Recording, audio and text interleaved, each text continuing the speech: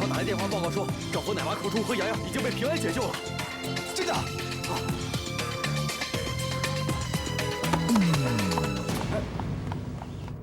其实，法典的解释算是非常，相当的清楚。法官大人，那就是说，法官大人，你念完了吗？我强烈抗议控方故意拖延时间，我要求法官大人立刻对此案进行宣判。我当法官这么久了，还第一次见有人打算要念完整本法典的。我必须要求你立即住嘴。法官大人，其实这个还是非常……诶，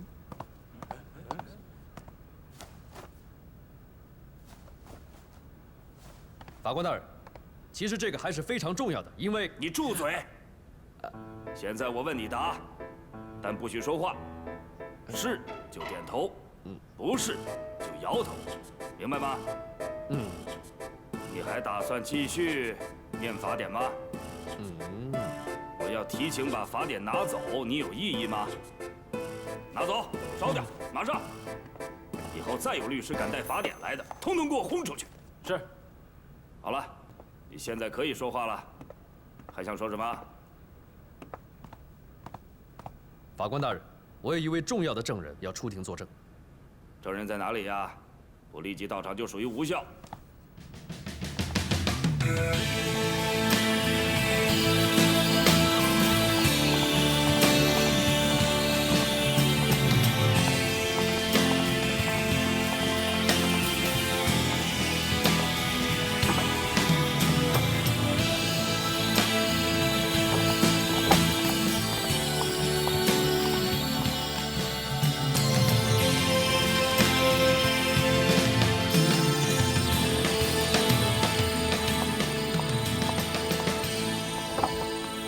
证人的姓名赵旭，今天为什么会坐在这儿？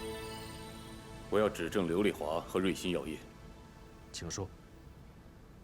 3年前，我在德城竞选议长，出现竞选资金短缺。这时候，我的老朋友、老同学刘丽华出现了。他自愿为我无偿提供助选金。有了资金的支持，我的竞选形势峰回路转。可就在这个时候，刘丽华对我提出条件，要我以德城医疗卫生委员会主席的身份指定瑞鑫药业为德城的医疗制造业的独家疫苗供应厂商。当时我并没有觉得不妥，因为瑞鑫在德城也是一个著名企业，口碑一向很好。于是，刘丽华就继续注入助选金，直至我成了议长。而瑞鑫也因为政府的采购大单，一跃成为了德城制造业的龙头老大，尤其垄断了德城的疫苗生产。这些我们大家都知道。可就在3个月前，广慈医院的儿科医生唐劲松突然告诉我，他觉得瑞鑫药业生产的乙脑疫苗是伪劣产品，已经导致大批儿童受害。当时我半信半疑，就去询问刘丽华，不料他供认不讳。我当时就清楚地意识到事情的严重性。可是刘丽华以提供助选金和我的政治生命为要挟，我也预料到这将会给我本人带来灭顶之灾。为求自保，我当时就没有追究此事。可就在3周前，瑞鑫药业的疫苗合同3年期满，正好赶上市政府续签合同的关口。也正是我主管此事，我拒绝了他的要求。可刘丽华3番5次上门，软硬兼施。他见我不肯就范，就绑架了我的儿子。你空口无凭，有什么证据啊？为防万一，我在办公室装有录音设备，我所说的一切都有录音为证。至于政府的资料和采买文件，我也妥善地保管起来。至于那个儿科医生唐劲松的资料，已经由警方接管，我的家人和我的司机都可以作证。法官大人，我们还获得了瑞鑫药业走私进口医疗设备的海关报关清单。这些设备全部是德国淘汰下来的，完全没有经过我国医疗管理部门的检测便投入了使用，是制造假疫苗的工具。今天我在这里，就是要揭露刘丽华和瑞鑫药业的恶行，把他们的罪恶都公布于众。只有这样，我的良心才能暂得安宁。法官大人，我愿意为我的所作所为承担法律责任。同时，我也要向所有的受害者家属道歉。我知道，这已经没有任何价值了，但是我仍然要忏悔。对不起。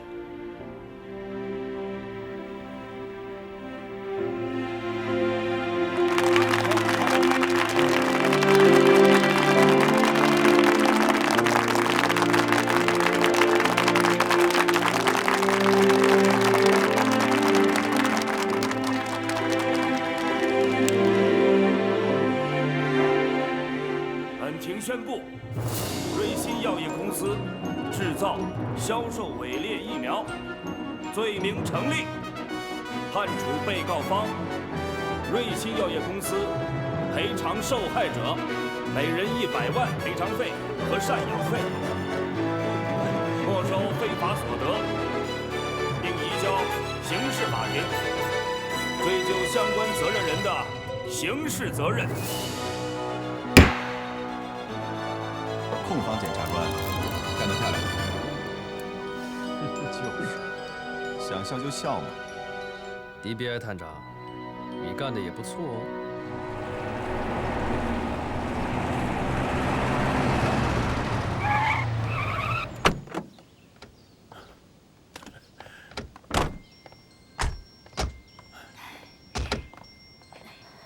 来，洋洋，妈妈抱啊，妈妈抱。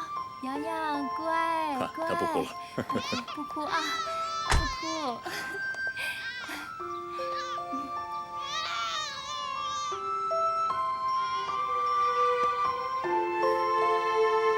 谢谢你，口中，谢谢。以后我们就是一家人了。洋谢谢你洋，乖。应该是我谢谢你们才是的，让我过上这么轻松自在的日子。哎呀，这种感觉真好啊！保重好你自己，你的家人需要你，德城的市民也需要你。德城更需要一位正直、光明的新领袖。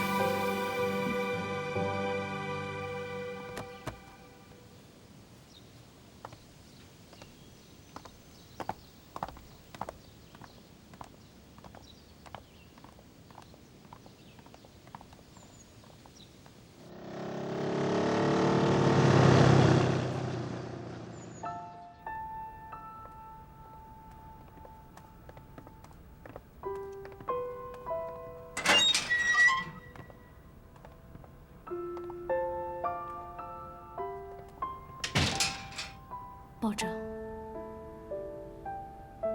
没想到你还能来看我。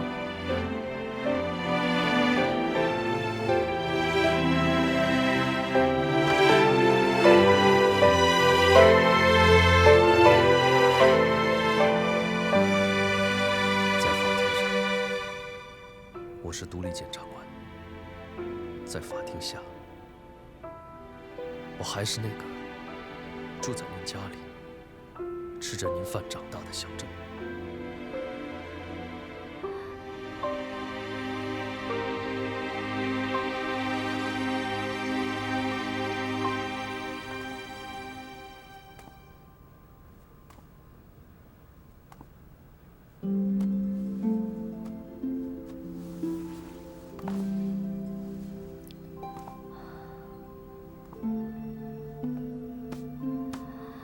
我现在呢，已经被关在这儿了，家里的花花草草就没有人照顾了。你能帮我这个忙吗？您吩咐的一切，我都会做到。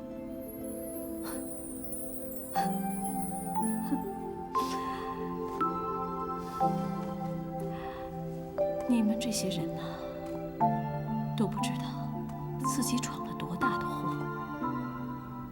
我现在所做的一切，都是对法律，还有我曾经的誓言负责。你给我听清楚了，或许你现在还不明白，但是很快你就会看到，没有了我，刘丽华的瑞鑫药业将会比现在堕落100倍。赵先生，赵先生，由于在瑞鑫药业的事件上，您的坦诚和勇敢赢得了选民的心，您的支持率是不降反升。看来下一任市长是非您莫属了。对此，您有什么样的想法？请您谈一下。对啊，赵议长，是啊，赵议长，你说说吧。首先，我非常感谢德城的民众对我的宽容和支持。其实我除了感激之外，唯一能做的事情就是更加努力的工作，来回报民众对我的信任。好，谢谢各位，谢谢。赵议长，您再说两句。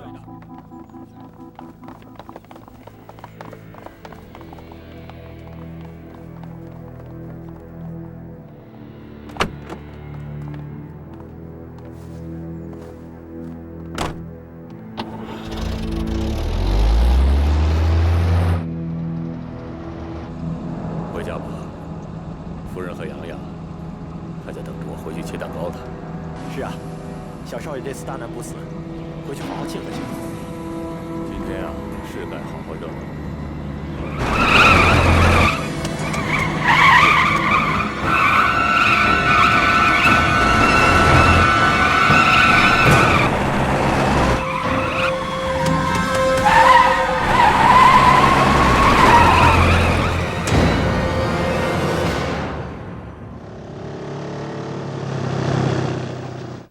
赵训议长车祸经查确实是刹车失灵导致的意外事故，而今作为本市唯一的一名市长候选人，常有庭正式宣布就职。这个时候车祸也太意外了吧？人家交警部门都查过了，就是车祸。这要怪呀，只能怪这赵训命薄喽。哥，你说会不会是那些小孩回来索命啊？别胡说！相信那些怪力乱神，我们警察还怎么破案呢？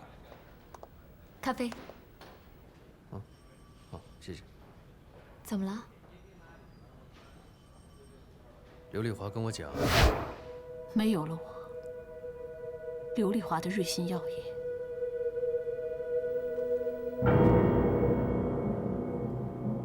将会堕落100倍。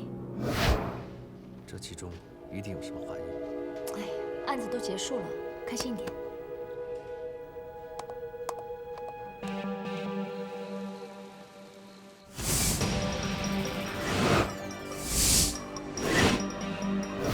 这根本就不是一起普通的交通事故，而是彻头彻尾的谋杀案。谋杀案？证据呢？这个凶手用10%的盐酸腐蚀了这根刹车线，使刹车线的截面锈掉了2/3。这样呢，在急刹车或者是长下坡的，就会由于张力过大而使这根刹车线崩断，造成刹车失灵。但是凶手做的也并非十分完美。如果我是一个罪犯的话，我就会在刹车线和刹车鼓之间进行腐蚀，这样的话不容易被发现。如果再把汽车引发爆炸，刹车线就会过火，所有的证据就完全会消失，这样才叫天衣无缝。有人和我想的一样？一切都在按照计划进行中。朝有廷当选了。你说，人的命运到底是掌握在自己手里，还是别人手里啊？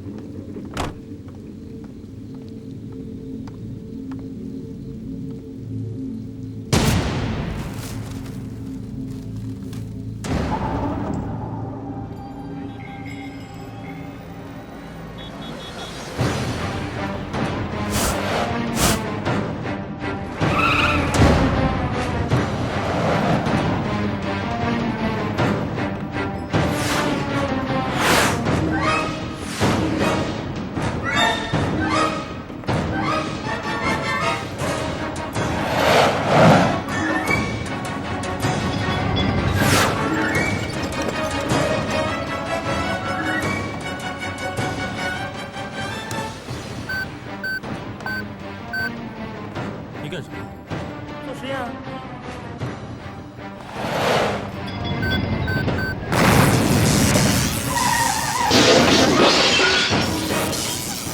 你知道吗？有个词儿特别适合形容天才、怪胎。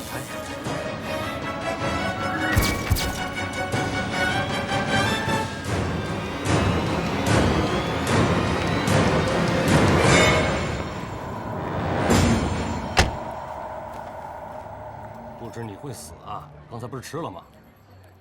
哎，这没办法呀，饿呀！你不吃饱怎么干活啊？省省吧你，吃的跟个大肚蝈蝈似的，你还跑得动吗你？行了，你赶紧撤吧啊！真不明白你们这些人怎么出来混的。开始行动。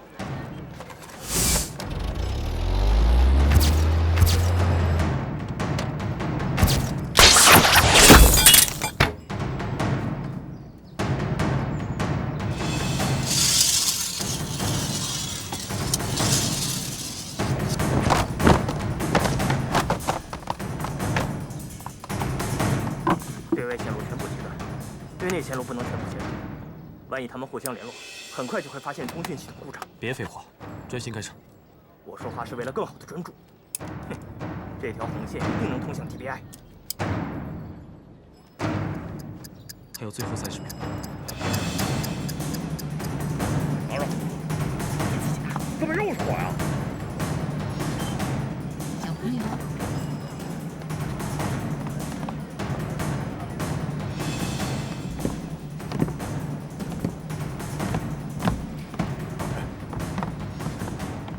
哎，干什么呢？这里是银行，不是游乐场。嘘。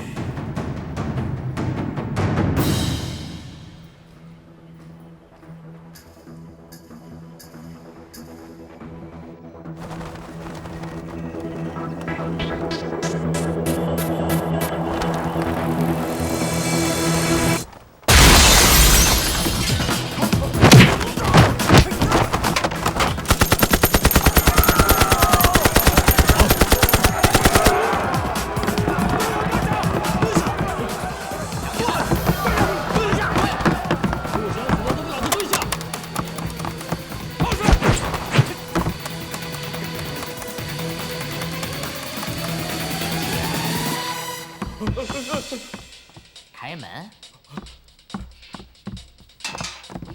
快点！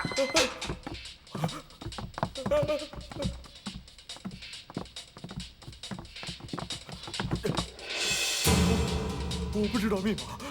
这个总能让你想起密码来了吧？开！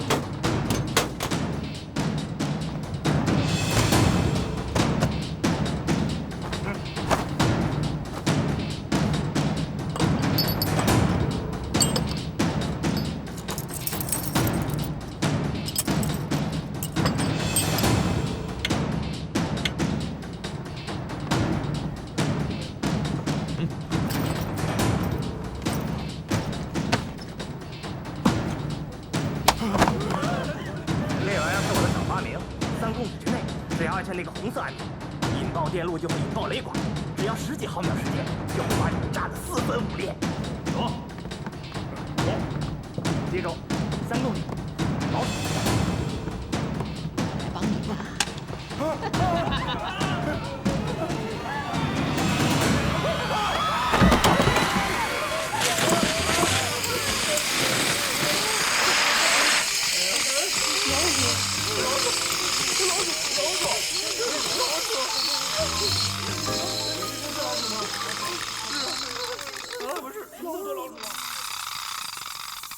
他们一共几个人？5个人，都戴着老鼠面具。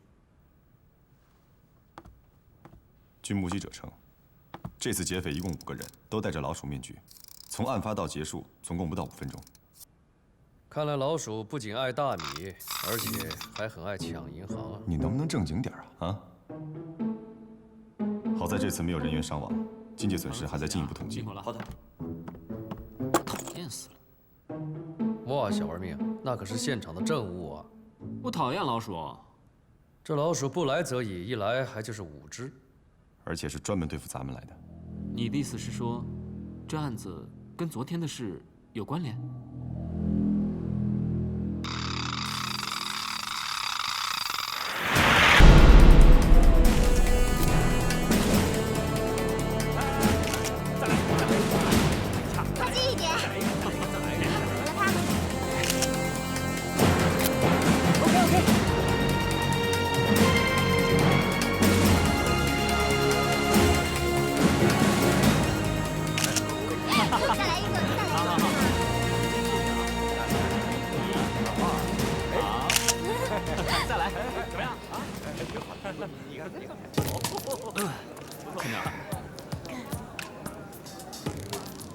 包正怎么还没来啊？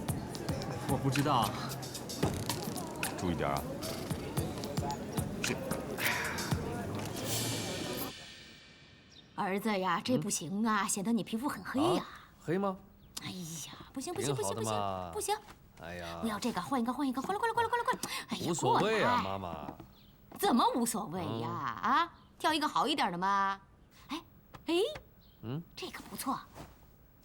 哇，帅极了，就像你老爸一样啊！不会吧，这条这么老，还我爸？我爸长什么样子，你早就忘了吧？啊，我跟你说啊，你爸什么样放在这里，没有忘记啊。啊，我去开门。不喜欢这条吗？这条不好看吗？那这条，还是这一条好看的。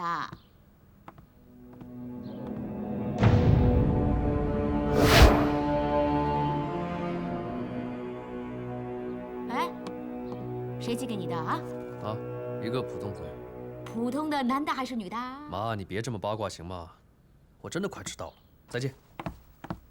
喂，拿错了！哎，是这条，不是那一条啊！哎，看到包正没有啊？他爱来不来，反正对于荣誉这种事儿，他从来不当回事。别这么说，我们是一个团队的。哎，薇薇，欢迎小姐。哎，我跟你讲，刚才我们在那边。探长，走。仪式还有2分钟就要开始，你们 DBI 的人员还没到齐，行事作风也太拖拉了吧？邱秘书，我们 DBI 的作风一贯雷厉风行，这次授勋仪式就是最好的证明。至于包检察官，他一定会准时出现。反正我们1分钟都不多，1秒钟都不用。我是不是来得太准时了？错过什么了？没有啊。谢谢你啊，刚刚替我说话。白大哥，你今天超帅的，差点认不出来。不得不承认，这一身看上去还不赖。照此下去，你都快把我给看透了。拍个照，拍个照，快快快！1、2、3。各位嘉宾，各位朋友，下面有请常市长发表演讲。好。各位来宾，各位朋友，德城的市民们，大家好。由于 DBI 犯罪调查处所有警员的上下通力合作和努力，使我们德城的治安变得这么安定，也使得那些黑暗、罪恶的恐怖行为得以彻底的摧毁。我为我们德城能有这样的守护神而感到欣慰。作为仪式之长，请允许我代表所有的市民，向他们表达最崇高的谢意。下面，请 DBI 罪案调查处公孙探长接受授勋。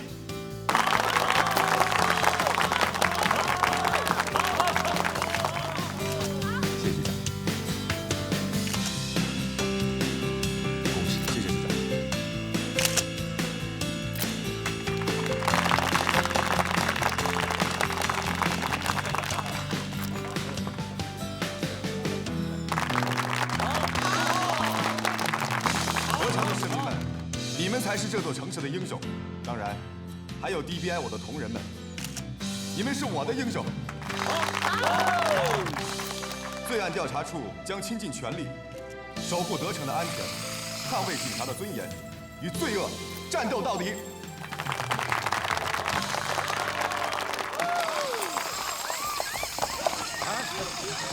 大家不用慌，不用慌，大家。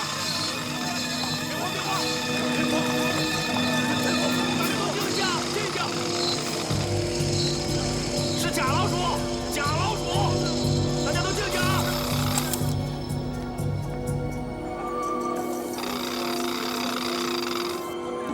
班长，大家退后。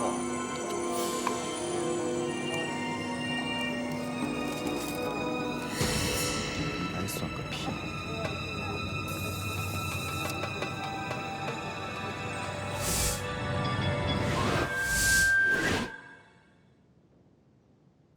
鼠闹德城，哼，摆明这是要跟我们 DBI 挑战。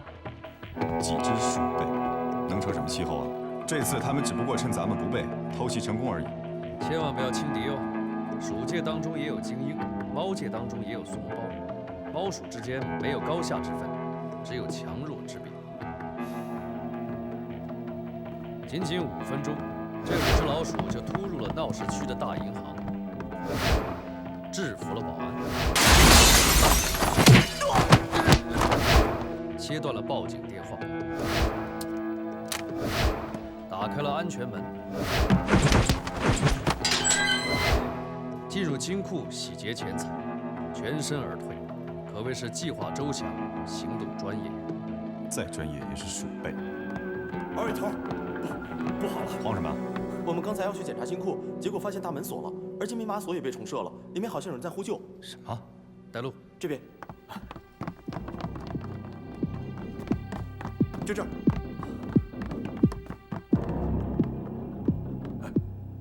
没声了。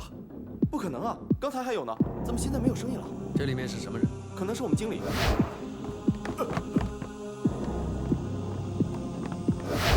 这个门你打不开吗？不行。 密码锁一旦重设，只有当初设置的人才能打开。那就憋死在里面了。马上叫你们银行专业的人过来开锁。老王，叫医院派急救车，还有，通知 Sherry 和技术部的人赶过来。是。还愣在这干什么呀？没用的，这保险门是德国进口的，也是德国人安装的。我们只懂得基本的防盗措施，从没接触过重设密码的问题。那就打电话到德国去问。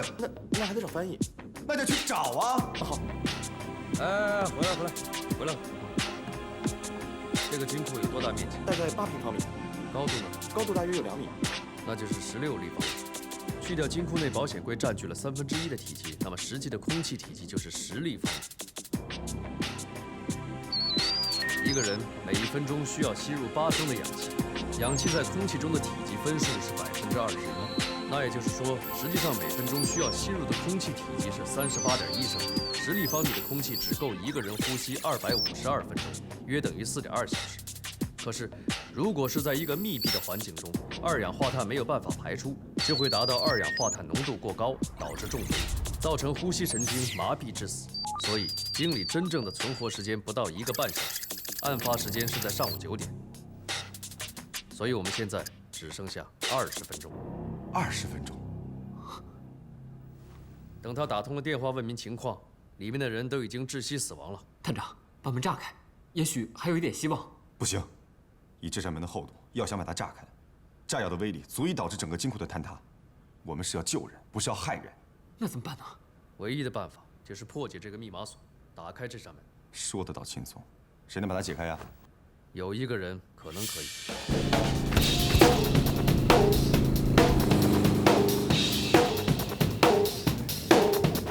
怎么还不来啊？急死人了！不行，不能再等了。老王，让爆破做准备。哎，不行，你也知道这样做很危险的。不然还有什么办法？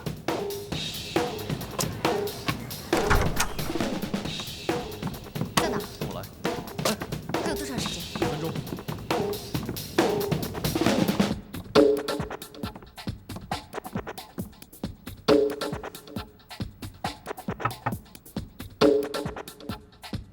这是德国产的合金防护门，每个密码盘上有100多个刻度，3个密码就有上千万种组合呢。你到底能不能打开？我能不能开，取决于这里够不够安静。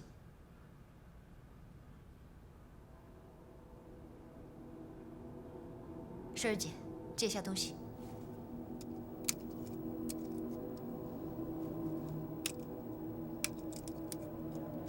请大家保持安静。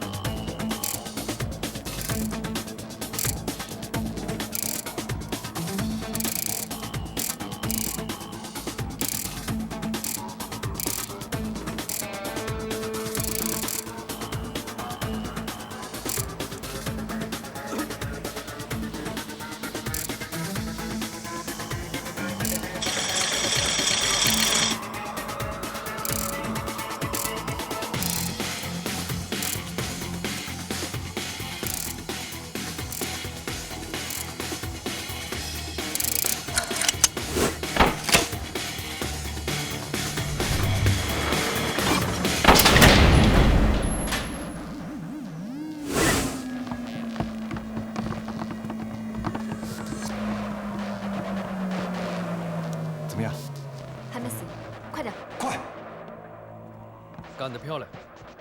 这是你第一次这么夸我。擦擦吧，满头都是汗。这是我职业生涯中最紧张的一次了。因为时间太紧了。因为周围都是警察。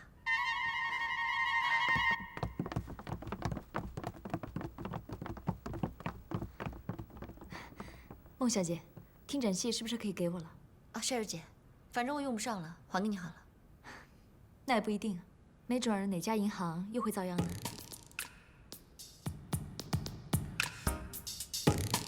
你们应该提防的是吴蜀，而不是我。这话听起来弦外有音呢。你们都是 DBI 的人，心里比我更清楚。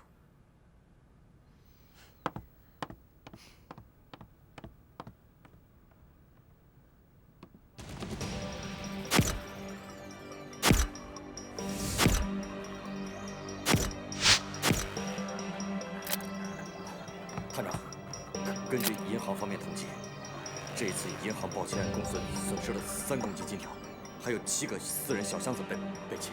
失窃者的名单掌握了吗？掌握了，正在核查他们的身份。让我猜猜吧，一定是那些富豪大亨，还有社会名流吧？哎，还真是，检察官神了。看来吴蜀作案也并不是没有原则。照你的意思，就是说，他们还是劫富济贫？有这可能，能在这儿开设私人保险箱的人非富即贵，但是有一个问题，这个地方有这么多的金砖，他们不拿，却一定要打开保险箱，这是为什么？是因为保险箱里有他们想要的东西。真是太聪明了，跟我想的一样。老王，哎，去核实身份的时候，一定要问一下他们保险箱里都丢了什么东西。明白。哎，你们看，这是什么？好像是调表针。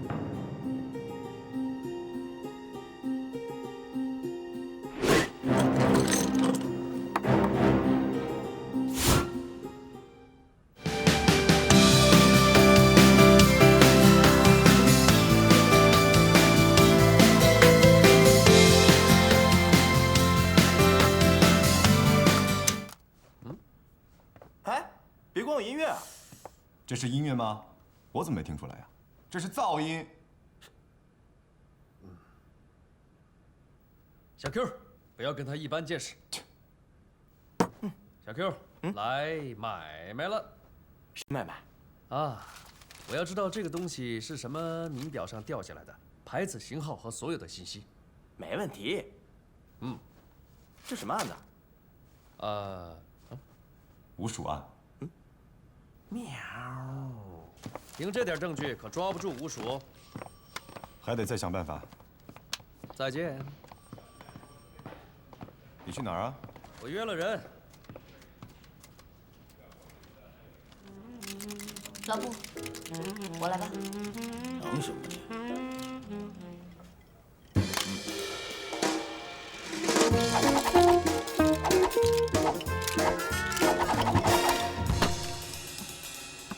你这个身手可以当酒保了。我可不想抢老布的生意，对吧，老布？谢谢。那你可以改行玩杂耍呀。大老远过来就想劝我改行啊？做什么都比做贼好。对，我应该金盆洗手，退出江湖。那你帮我找份工作吧，检察官大人。你不会是想让我帮你抓贼吧？你考虑一下。那不就成贼喊捉贼了？总比认贼作父好。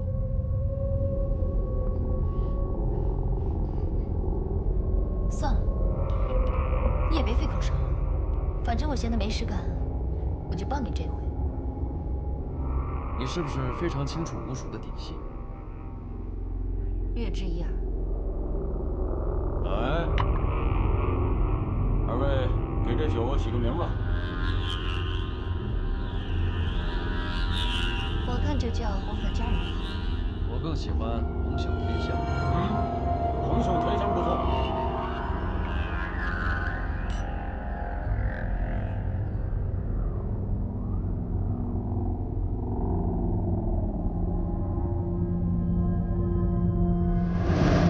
红、黄、蓝、绿、白，5只老鼠。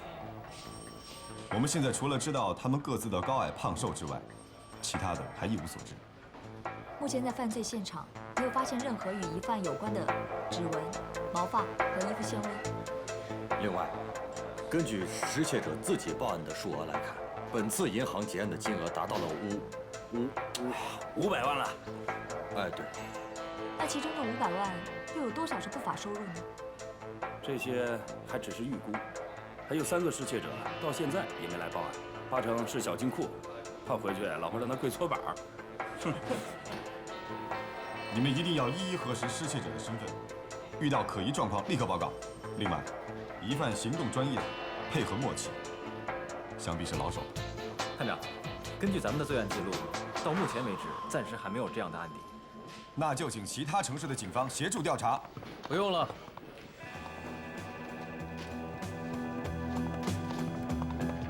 侯总，这是吴蜀的情况，由孟小姐帮我们介绍一下，大家欢迎。好。